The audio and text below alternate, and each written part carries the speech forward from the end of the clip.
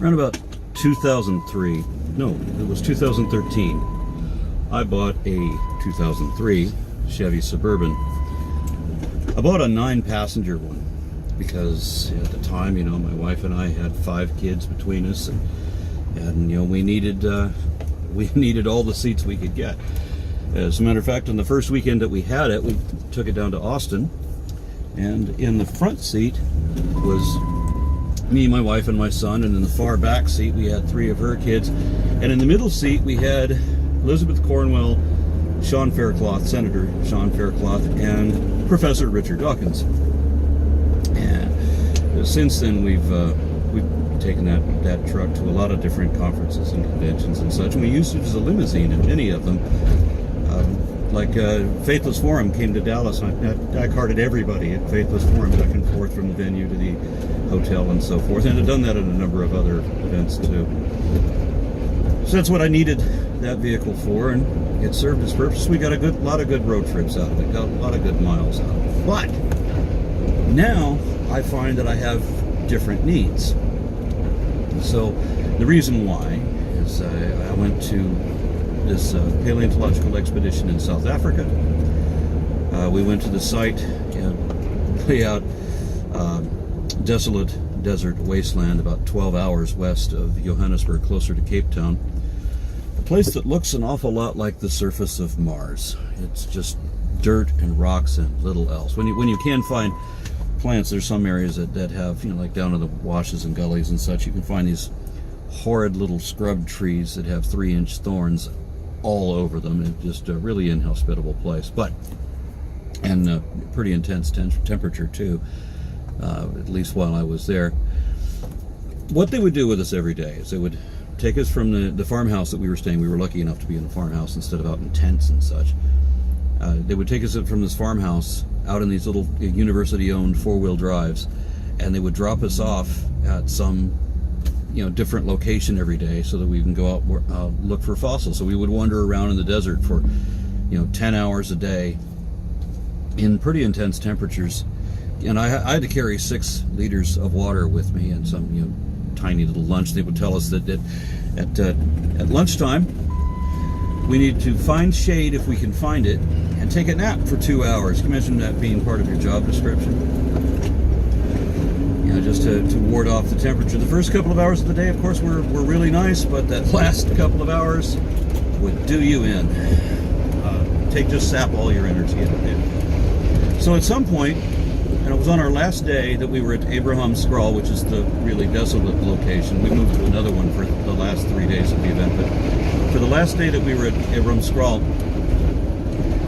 they dropped us off at this place. We did our thing like we usually do, and then toward the end of the day, I think it was just the last 2 or 3 hours of the day, somebody found a fossil up high on a hill, and they called us on walkie-talkies, said, you know, they need everybody's help with this because he found a large fossil, Tapina caninus, I believe I'm pronouncing that right. Anyway, we all converge to help the guy out with this, and it's the hill is, I want to say it's about, to my memory, it was about 3 stories high, and I remember feeling a little daunted at the end of the day, being energy sapped and everything. I gotta go up this hill, and this is pretty steep too, and so we go up the hill to help this guy with this fossil, and everybody's just kind of sitting around beat as we look at the size of this animal that we're going to try to exhume, and realizing how much time it takes to hammer and chisel and do the cast and everything. That's hours and hours, or days of work really for an animal this big. And so the director came up, the one who's in charge of the whole expedition, and said, you know, this is too much for the last day. We just can't manage this. He said, we can get the skull, which is still in matrix, so basically we're talking about a large rock with just, you know, hints of bone around the edges. So he said, we'll just take the skull, and we'll come back on another expedition, and we'll get the rest of the skeleton, because it was quite large, about the size of a cow. So we were going to move. Okay. So we had to take this rock, and it's a very heavy rock, a large skull, and it took 6 men carrying it together, taking little tiny baby steps, stepping on each other's feet, you know, and stumbling over the rocks as you do, having to take breaks every couple of minutes because it's so damned heavy, as we carry it down this 3-story high hill and into the sand and across the wash and then back up the next hill, which was quite daunting again. And then we had to go another 2 kilometers after climbing completely over another 3-story tall hill. Then we have to still go 2 kilometers to get to where the trucks are, because these university-owned trucks are only driving on street tires.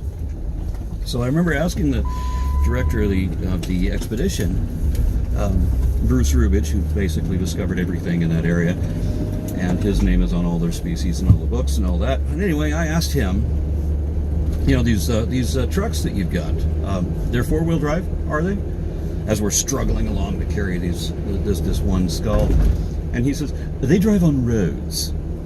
Yeah, because they're on street tires, and they're only so capable, right? And it's university-owned trucks, so you can't risk that kind of thing. Well, the thing is, I'm going to be doing this again.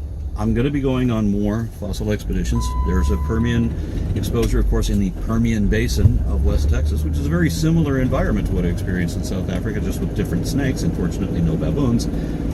So I'm going to be doing this again, only this time I want something that's going to be capable of going all the way to where that fossil was. So I hunted around to find something that could have gone from where those trucks were all the way, that 2 kilometers of crawling over all of those rocks to get over both of those hills and everything, to get all the way up to that fossil, even up that steep hill, all the way to where the fossil is. And I think I finally found it. And it had to be cheap, so this is, it's a few years old. I think it's 13 years old or thereabouts, maybe.